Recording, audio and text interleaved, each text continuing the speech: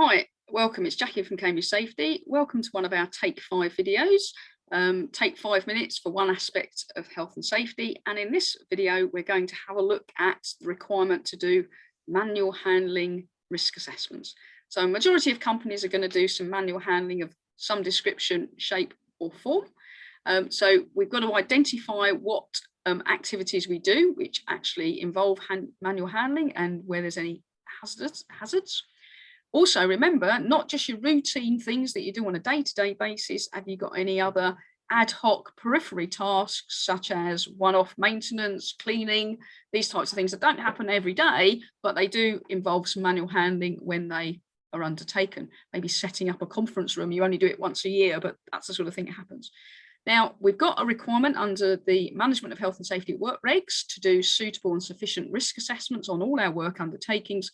So it could be in your general assessment, you have actually covered your manual handling hazards there, and that's fine. And if the hazards are low risk and you've got some good existing controls and they're working, pop it on your ordinary general risk assessment, no further action.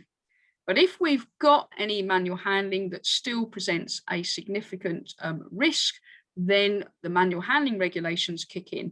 And they say to us, right, firstly, if you've got some hazardous manual handling, can you avoid hazardous manual handling? So you might use a forklift truck or a crane or a trolley. You might have automated. But even if we've done that, the likelihood is we're still going to have some manual handling undertaken.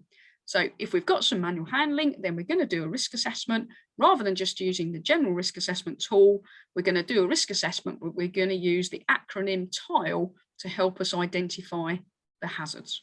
So TILE stands for the task, the individual, the load, and the environment. So we're still looking at hazards, but rather than just going, what are the hazards? We're going to use these 4 headings to identify the range of hazards which could increase the risk for each of the manual handling activities being undertaken in our workplace. So let's have a look at TILE. So the task, does the task involve any hazardous body movements, as you can see in the picture there? So overreaching, stooping, bending, those types of things, they all increase the risk.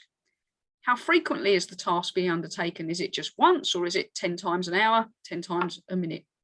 What's the rest periods? How long are people working? And if they don't have many rest periods, that increases the risk. What's the level of repetition? How quickly, how often are they doing the task? If they're carrying or moving something, how far have they got to move it? The distance of travel increases the risk. The distance of travel increases the risk. So these are just a few of the factors that we would consider under the heading of the T, the task. Then we go on to the I, which stands for the individual. We're not assessing every individual, but looking at factors about individuals which could increase or decrease the risks, depending on what the job is. So what's the strength of the person? Do they need a certain amount of strength to carry this load? What's the height or stature? Is the person pregnant? Because pregnant and nursing mothers would be at greater risk. The age, are they very young or are they older? Again, because that can increase the risk. What's their general state of health? Have they got any disabilities? Because these are things that could increase the risk. What's their level of training and competence? If they haven't been trained, they don't know how to do it correctly, they're at greater risk. So we have the individual. Equally, what are they wearing? Not just personal protective equipment, but what type of shoes? Are they wearing sort of trousers that are too long and then you might trip over them? Loose clothing increases the risk. These are all hazards which can increase the risk. Then we've got the load itself. What is it that's being lifted? Is it heavy, bulky, sharp? What's the shape? The shape might make it difficult to grip. Is it hot or cold? Again, which presents a hazard. If it's dirty, we have a habit to hold dirty things away from the body. Has it got a moving centre of gravity? So it's something loose in a box where the centre of gravity can move or shift. As one side may be heavier than another. Old-fashioned computer screens and televisions, one side was quite light, but the other side was very, very heavy. What is the load? Is it a human? Because we don't, it's difficult in healthcare to support somebody. Is it an animal? So we've got farmers and vets and people like that. Or is it an inanimate object? All factors that we consider under the L for load. Then lastly, we have a look at the environment. Where is the manual handling being undertaken? So is it being undertaken indoors or outdoors? What's the space like? What's the temperature? What's the ventilation like?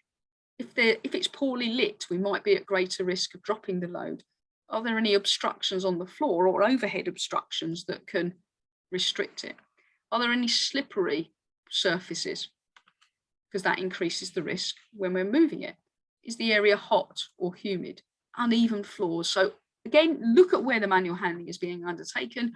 What about the environment could increase the risk? So under the manual handling regulations, Reg 4, we've got to carry out a suitable and sufficient risk assessment using TILE. Make sure then we assess the risk level, take appropriate precautions, who's at risk, existing controls, new controls, etc. But also double check that we look at the physical suitability of the employee, what clothing and PPE they're wearing, the employee's knowledge and training, whether any employee is specifically at risk. So if we've got pregnant workers, young people, and if we were doing any health surveillance, what type of health surveillance, and has that indicated that there's any particular problem? Then it's all very well doing this suitable and sufficient assessment, but the main thing is then, right, we know these are the hazards and risks. What sort of things can we do as reasonable employers to reduce the risk as far as is reasonably practicable? So we've done a quick potted tour around the manual handling risk assessments. So thanks very much for watching. It's Jackie Cambridge from Cambridge Safety.